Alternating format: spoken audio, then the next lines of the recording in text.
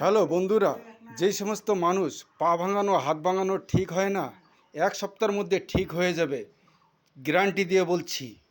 মমিরুল মেয়া, Cooch Behar district, post office, চোরখানা। এই দেখুন কী রকম পা ভেঙে গেছে, উনি ঠিক করতেছে, গ্যারান্টি।